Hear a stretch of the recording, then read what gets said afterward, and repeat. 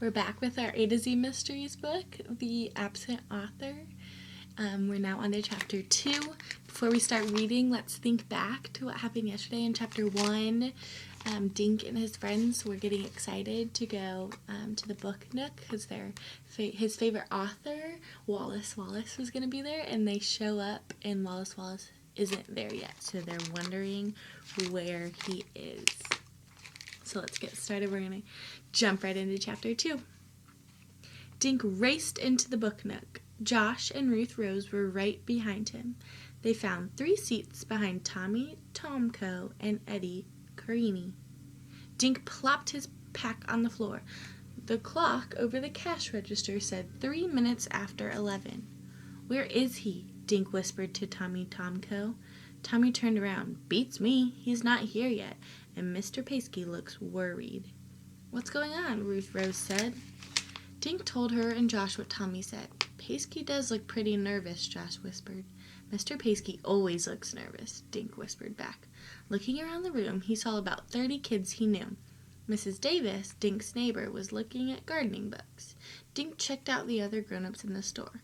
None of them looked like a famous mystery writer. Mr. Paskey stood up. "Boys and girls, welcome to the book nook. Wallace Wallace should be here any second. How many of you have books to be autographed?" Everyone waved a book in the air. "Wonderful! I'm sure Wallace Wallace will be happy to know that Green Lawn is a reading town." The kids clapped and cheered. Dink glanced at the clock. 5 past 11. He swallowed, trying to stay calm. Wallace Wallace was late, but it was only by 5 minutes. Slowly, 5 more minutes passed. Dink felt his palms getting damp. Where is Wallace Wallace, he wondered. Some of the kids started getting restless. Dink heard one kid say, "Whenever I'm late, I get grounded." "So where is he?" Josh asked. Ruth Rose looked at her watch. "It's only 10 after," she said. "Famous people are always late." Now Dink stared at the clock. The big hand jerked forward, paused, then wobbled forward again. At 11:15, Mr. Paskey stood up again.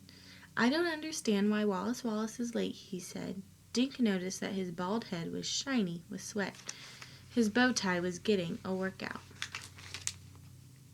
Mr. Paskey smiled bravely, but his eyes were blinking like crazy through thick glasses. "Shall we give him a few more minutes?" The crowd grumbled, but nobody wanted to go anywhere. Ruth Rose started to read her book. Josh opened his sketch pad and began drawing Mr. Paskey. Dink turned and stared at the door. He mentally ordered Wallace Wallace to walk through it. "You have to come," thought Dink.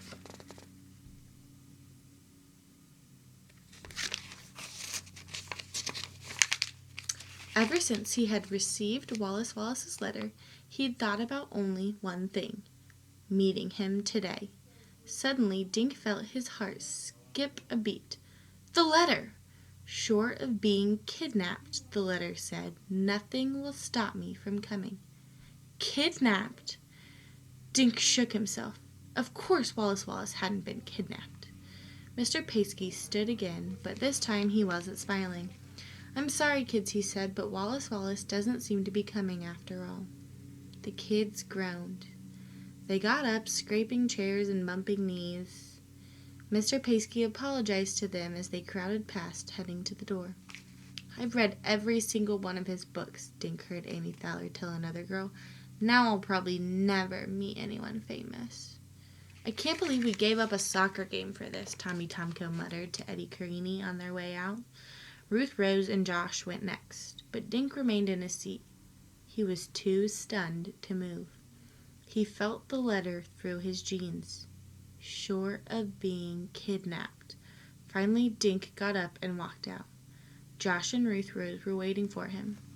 "What's the matter?" Ruth Rose said. "You look sick." "I am sick," Dink mumbled. "I invited him here. It's all my fault." "What's all your fault?" Josh asked. "This," he said, thrusting the letter into Josh's hands. "Wallace Wallace has been kidnapped." That's the end of Chapter 2. Have to see what happens tomorrow.